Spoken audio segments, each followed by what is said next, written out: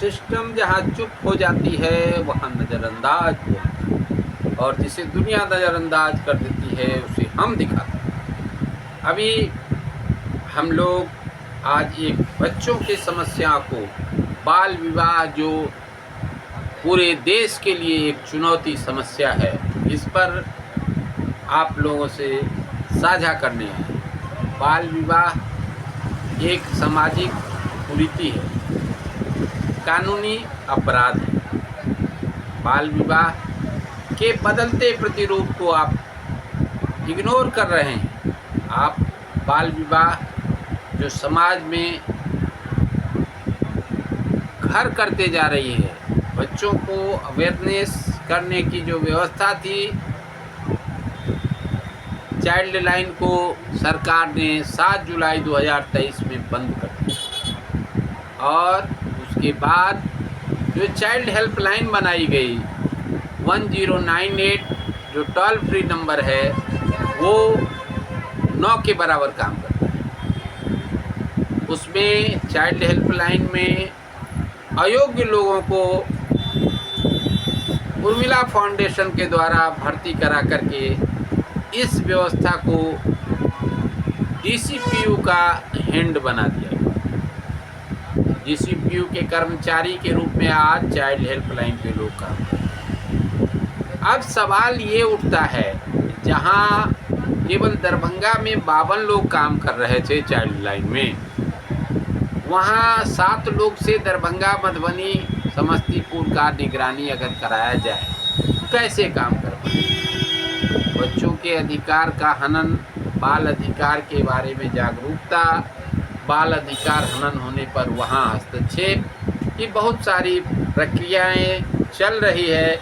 और अभी समीक्षा करने की ज़रूरत है कि आखिर बच्चों के अधिकार का जो हनन हुआ, बच्चों के अधिकार के हनन में वर्तमान चाइल्ड हेल्पलाइन द्वारा 7 जुलाई 2023 के बाद का चाइल्ड हेल्पलाइन जो उर्मिला फाउंडेशन के द्वारा बहाल किया गया चाइल्ड हेल्पलाइन का हस्तक्षेप आज तक 23 से 26 चल रहा है। जुलाई बीत गया, 7 जुलाई 2023 के बाद 7 जुलाई 2026 तक का ये 3 साल के अंतराल में चाइल्ड हेल्पलाइन ने बिहार के बच्चों के अधिकार दिलाने के प्रति या अधिकार के प्रति जागरूकता में कितना भूमिका निभाया है, यह जांच का विषय है। सरकार अपने आप को बाल अधिकार दिलाने के लिए वचनबद्ध है। नीतीश कुमार जी बच्चों के अधिकार के लिए, बाल विवाह के लिए मानव श्रृंखला बना करके बाल विवाह को राष्ट्रीय पटल पर लाए, और उस समय दरभंगा जिला में 45% बाल विवाह होने की सूचना 2023 में थी। उसके बावजूद 7 जुलाई 2023 को 52 लोगों का चाइल्ड लाइन का 52 लोगों का समूह को अचानक बेरोजगार कर दिया। अब 52 लोग जो बेरोजगार हो गए, इसी तरह पूरे बिहार, क्या पूरे इंडिया में इस चाइल्ड लाइन की इस स्थिति को समाप्त कर दिया। भारत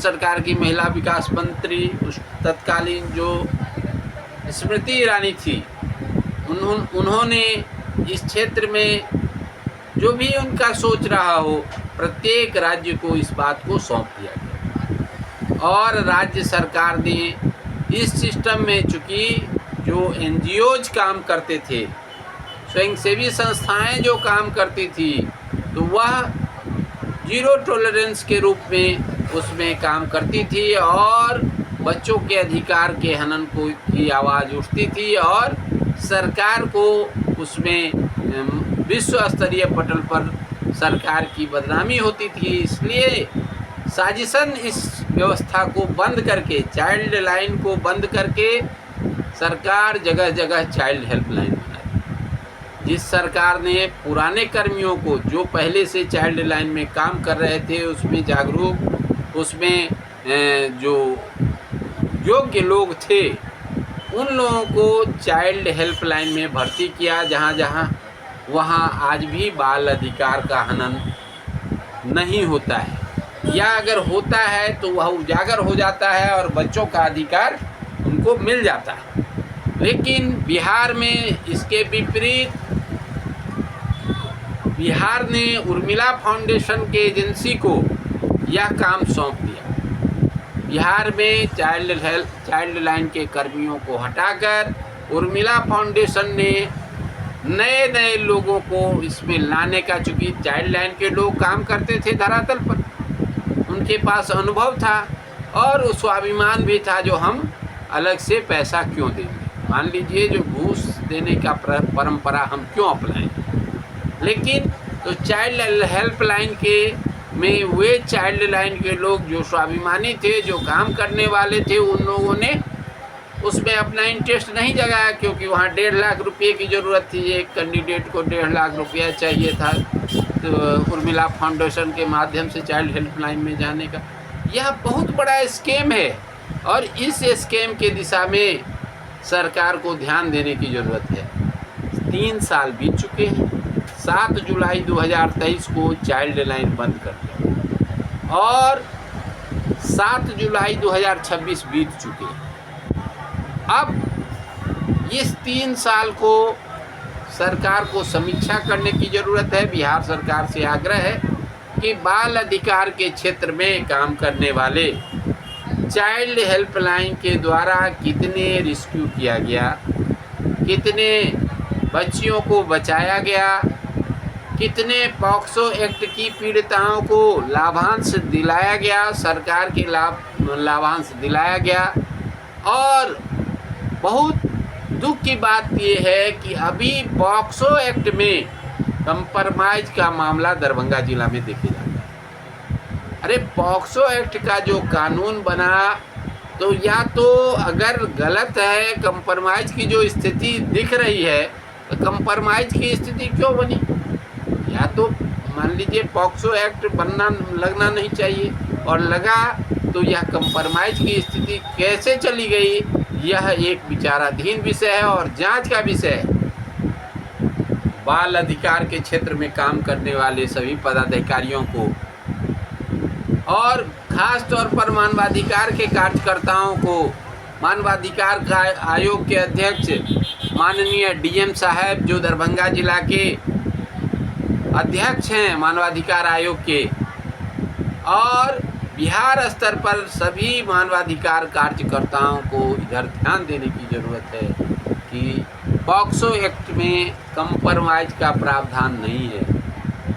न्यायालय के न्यायाधीशों से भी आग्रह है कि आखिर इस तरह के कार्यक्रम में अगर पॉक्सो एक्ट का जो राशि बच्चों को मिलना चाहिए, उसके मतलब आवासन के लिए, उसके जीवन निर्वाह के लिए जो उसको राशि भुगतान की जो प्रावधान है, अगर इस केस में गवाही होने के बाद जो केस मतलब संज्ञान में आ जाता है और ट्रू हो जाता है, ऐसे केस में उनको लाभ देने की ज़रूरत है ताकि वो अपना भरण पोषण कर सके स्वतंत्रतापूर्वक।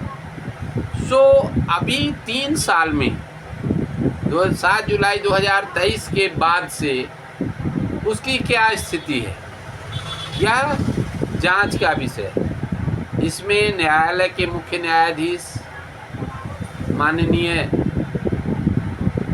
हाई कोर्ट के मुख्य न्यायाधीश और माननीय सुप्रीम कोर्ट के मुख्य न्यायाधीश से आग्रह है कि यह बहुत संवेदनशील मामला है, संवेदना युक्त वाला मामला है। मान लीजिए जो एक बच्ची जो पीड़िता है, परिवार उसका इसके लिए थाने में केस करता है, थानाध्यक्ष और सुपरविजन पदाधिकारी उस पॉक्सो एक्ट को ट्रू कर देते हैं और उसके बाद न्यायालय में जाकर के मामला कंप्रोमाइज और बेल की स्थिति आ जाती है। ऐसे मामला में बिचौलिए के सक्रिय होने की आशंका है। कई सारे एजेंसियां, कई सारे बाल अधिकार के क्षेत्र में काम करने वाले लोगों ने, कई सारे मानवाधिकार क्षेत्र के लोगों ने, काम करने वाले लोगों ने इधर ध्यान आकर्षण हेतु इस बात को उठाने की ज़रूरत बताई है। तब इस गंभीर मुद्दा को माननीय न्यायालय के संज्ञान में, माननीय मुख्य न्यायाधीश के संज्ञान में, माननीय हाई कोर्ट और माननीय सुप्रीम कोर्ट के मुख्य न्यायाधीश के संज्ञान में लेने के लिए हम अपने नज़रअंदाज चैनल के माध्यम से इसको उठाने का प्रयास कर रहे हैं। और आप लोगों का ध्यान आकर्षण हेतु, आयोग के अध्यक्षों का ध्यान आकर्षण हेतु, मानवाधिकार आयोग के राष्ट्रीय अध्यक्ष, मानवाधिकार आयोग के जिला और राज्य के अध्यक्ष का ध्यान आकर्षण हेतु इस गंभीर मुद्दा को हम उठाने का प्रयास कर रहे हैं।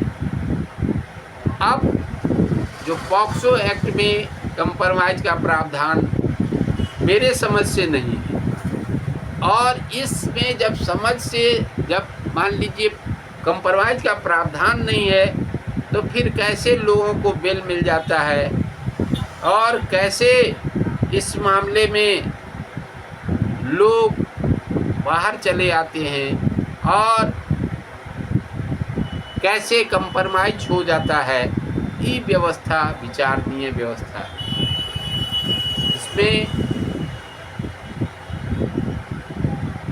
बिचौलिया सिस्टम होने की आशंका बाल अधिकार के क्षेत्र में काम करने वाले लोगों ने लगाया है। लोगों का कहना है कि न्यायालय में न्याय त्वरित नहीं मिलते हुए पीड़ित परिवार को प्रताड़ना का शिकार होना पड़ता है, और पॉक्सो के क्षेत्र में जो कार्यरत एजेंसियां हैं, जो उसके सपोर्ट पर्सन हैं या जो उसके लिए काम कर रहे हैं, पीपी या अन्य वकील, सो बच्चों को या बच्चे के परिवार को मतलब पूर्णतः अपने स्टैंड पर खड़ा रहने के लिए बुलंद नहीं कर पाते हैं। इसके कारण कहीं न कहीं भय के माहौल में या बीच में आर्थिक लेन देन करके, दबाव डाल करके किसी तरह से उसको कंप्रोमाइज ले लिया जाता है या कंप्रोमाइज करा दिया जाता है। यह एक गंभीर मुद्दा है, और जब तक चाइल्ड लाइन की व्यवस्था थी 7 जुलाई 2023 से पहले इस मुद्दे में इस तरह की बातें नहीं हुआ करती थी, और लोग इस पर जागरूक हुआ करते थे। जगह जगह इस मुद्दा को उठाया जाता था। लोग, चाइल्ड लाइन वर्कर लगातार पीड़ित परिवार के संपर्क में रहते थे, ताकि पीड़ित परिवार के साथ किसी तरह का अन्याय न हो, कोई इसको टॉर्चर नहीं करे, कोई इसको मतलब खरीदने का प्रयास या मतलब इस व्यवस्था में किसी तरह की बिचौलिया सिस्टम लागू नहीं थी, क्योंकि वहाँ चाइल्ड लाइन वर्कर उसके रखवाली किया करते थे। तो उस परिस्थिति में बहुत सारे मामले में लोगों को सज़ा मिली है, और बच्चियों को उसका पीड़िताओं को जीवन जीने के लिए बहुत सारा सरकारी योजनाओं का लाभ दिया गया है, और वे लोग मुख्य धारा में समाज में प्रतिष्ठित जीवन जी रही। अब ये विचारणीय बिंदु है, यह बहुत बड़ा मुद्दा है। बहुत सारे मामले में तो पहले पुलिस पॉक्सो नहीं लगाती है। बहुत मेडिकल और बहुत सारे साक्ष्य प्रस्तुत करने के बाद यदि अनुसंधानकर्ता या सुपरविजनकर्ता के द्वारा उसमें पॉक्सो जोड़ा जाता है, तो वह भी आगे ज़्यादा दिन तक उस मामले में उस पर कार्रवाई नहीं हो पाती है। कार्रवाई अगर पुलिस पकड़ के उसको रख भी देती है तो बिचौलिया उस पर हावी हो जाता है। बिचौलिया जाकर पीड़ित परिवार के साथ कंप्रोमाइज, उसको पैसा ले दे करके उसके साथ कंप्रोमाइज करा करके जो न्यायालय तुमको जब देगा तब देगा, ये हो रहा है वो हो रहा है, इस तरह के बिचौलिया सिस्टम उसमें सक्रिय है। तो न्यायालय से आग्रह है कि जो सपोर्ट सिस्टम आप बनाते हैं उसको भी जांच के दायरे में रखने की ज़रूरत है कि कहीं न्याय मिलने के बजाय उसको मजबूतीकरण के लिए जो सिस्टम हमने बनाया है उसका दोहन तो नहीं कर रहा है। यह एक गंभीर विषय है और बाल अधिकार का यह हनन लगातार चलते आ रहा है। अभी वर्तमान स्थिति में बाल विवाह के बिगड़ते रूप भी आपको देखने में आएगा।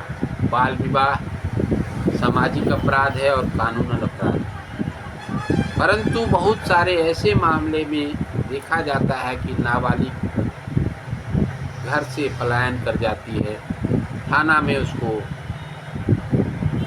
अपहरण का केस कर दिया जाता है और बाद में नाबालिग के साथ शादी होने का मामला बता करके, या बच्ची जब आती है तो बयान में बताती है कि हम स्वयं चले गए थे, हमको कोई लेके नहीं भागा, तो वह अपहरण का मामला भी और वह बाल विवाह का मामला भी गौण हो जाता है और पीड़िता को किसी तरह से न्याय नहीं मिल पाता है और पॉक्सो की तो बात ही छोड़ी।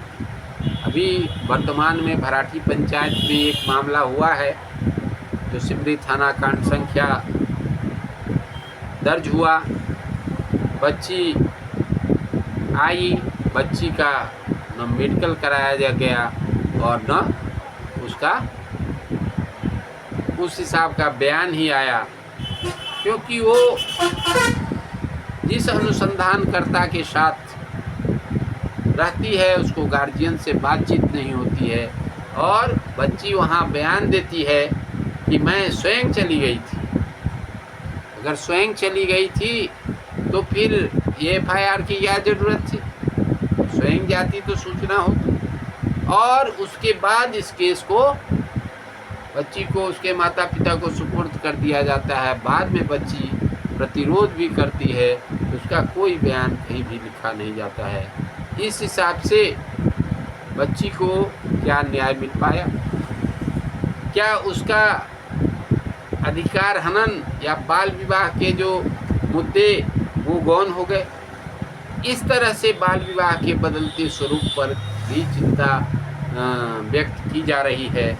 जो बाल अधिकार के क्षेत्र में काम कर रहे हैं लोग, उनको इस विषय पर गंभीरता से चिंतन करने के बाद ये मुद्दा उठाने की ज़रूरत है कि बाल विवाह का ये भी रूप है और न्यायालय से भी आग्रह है कि इस दिशा में भी ध्यान देने की ज़रूरत है कि बच्ची जो भाग गई, अगर वो नाबालिग है, अगर उसने बाल विवाह कर लिया और बालिग के साथ भागी तो उसमें पॉक्सो का प्रावधान बनना चाहिए, उसका मेडिकल निश्चित रूप से सुनिश्चित होना चाहिए। कई बार तो पुलिस ये कहती है कि बच्ची ने मना कर दिया मेडिकल से, तो हम उसका ज़बरदस्ती मेडिकल नहीं करा सकते हैं। तो उसके बाद जबकि बच्ची के माता पिता मेडिकल कराने के लिए पुलिस को कहते हैं, पुलिस ने इस बात को इग्नोर कर दिया। ऐसा वो भराठी के केस में देखने को आया। तो इस विषय में मैं DLSA के सचिव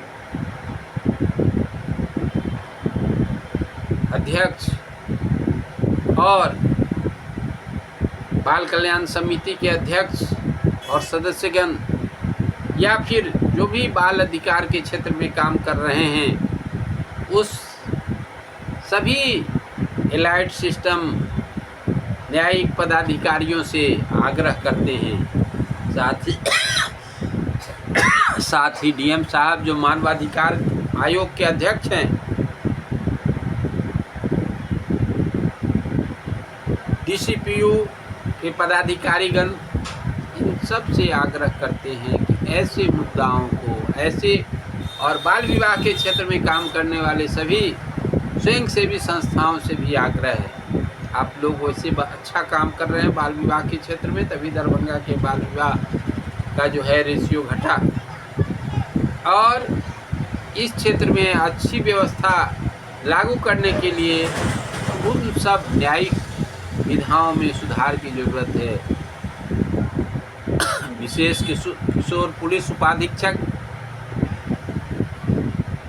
से भी आग्रह है, इन मुद्दाओं को अपने से देखने की ज़रूरत है। जहां नाबालिग के अपहरण के मुद्दा को ठंडे बस्ते में रख दिया जाता है, उसको बाल विवाह के नज़रिए से या बाल यौन शोषण के नज़रिए से भी देखने की ज़रूरत है। आप सभी से आग्रह है कि इस मुद्दे को, यह गंभीर मुद्दा है जो बाल अधिकार से जुड़ा हुआ है, और पॉक्सो एक्ट के बाद बच्चों के अधिकार का संरक्षण होना चाहिए, वहाँ कंप्रोमाइज हो रहा है। बाल विवाह के बिगड़ते रूप को समाज में उपहासपूर्ण देखा जाता है, जिसके कारण अभी बच्चियों के अपहरण का मुद्दा जो है सो सभी थाना में कई अपहरण के मुद्दे आते हैं और यह समाज में बढ़ता जा रहा है। इसके लिए जगह जगह जो चाइल्ड हेल्पलाइन के लोग हैं उनको भी जागरूक करना चाहिए, डीसीपीओ के माध्यम से जागरूक होना चाहिए, मानवाधिकार सिस्टम के माध्यम से जागरूक होना चाहिए। विगत वर्ष आप बाल विवाह मुक्ति रद्द करके काट संस्था द्वारा दरभंगा के विभिन्न जगहों पर चलाया गया था। उस समय गांव-गांव में लोग जागरूक हुए थे।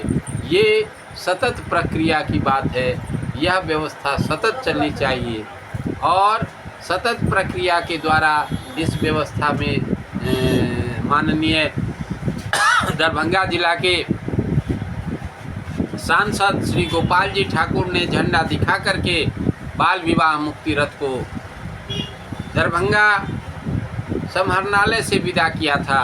और वो उस समय भी विभिन्न प्रखंडों में इस तरह के रथ की ज़रूरत की बात बताए थे, लेकिन तत्कालीन पदाधिकारी इस बात को केवल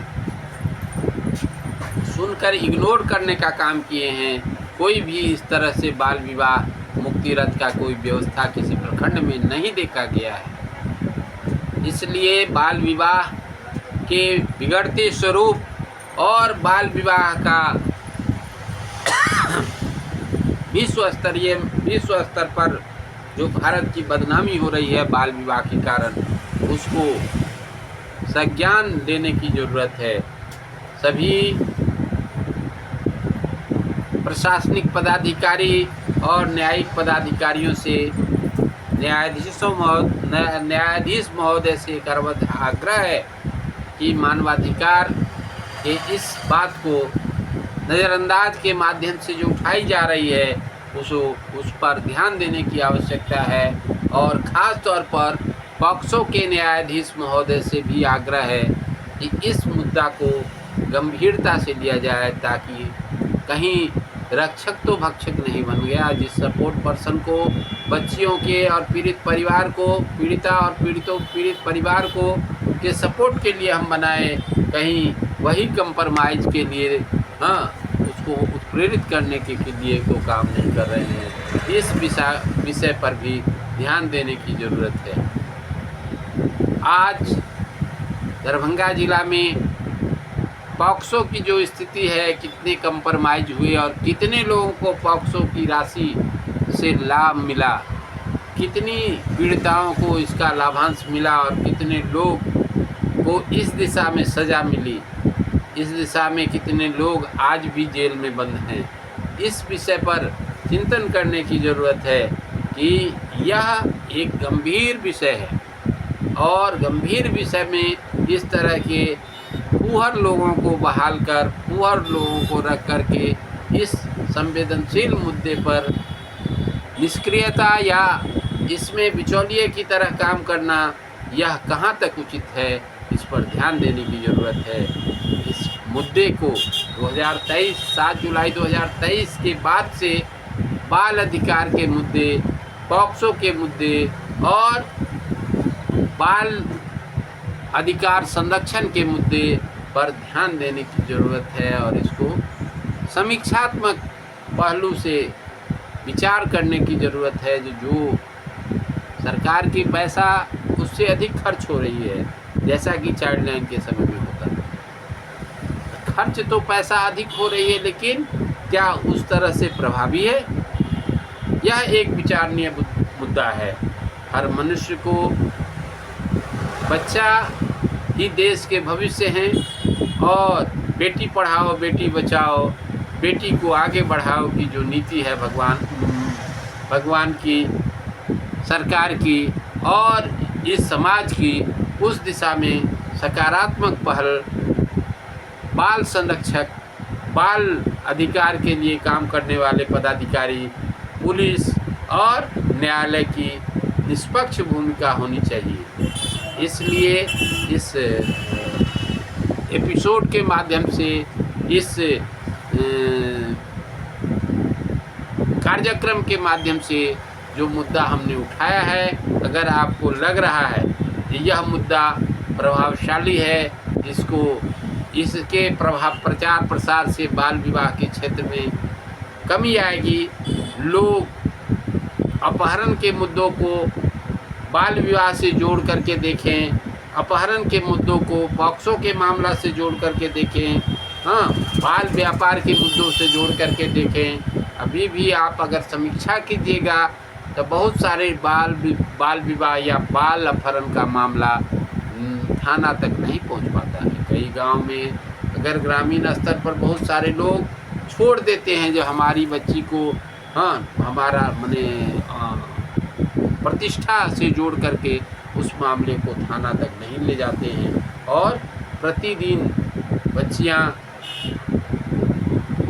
बाल अधिकार, बाल व्यापार के शिकार होती जाती हैं।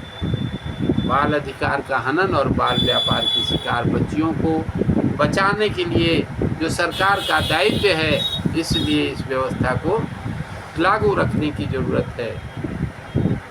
अतः जो भी लोग हमारे इस एपिसोड को देख रहे हैं, आप अपना विचार कमेंट्स ज़रूर लिखें, लाइक करें, शेयर करें और इस मुद्दा को अधिक से अधिक लोगों के बीच में फैलाएं, ताकि यह गंभीर मुद्दा बाल विवाह, बाल अधिकार हनन, बाल व्यापार और घरेलू हिंसा से जुड़े हुए जो मामला है, उसको रोक लगाया जा सके, सामाजिक व्यवस्था में एक नया इतिहास कायम हो और बेहतर बिहार, बेहतर भारत, बेहतर दरभंगा और बेहतर गांव की कल्पना किया जा सके।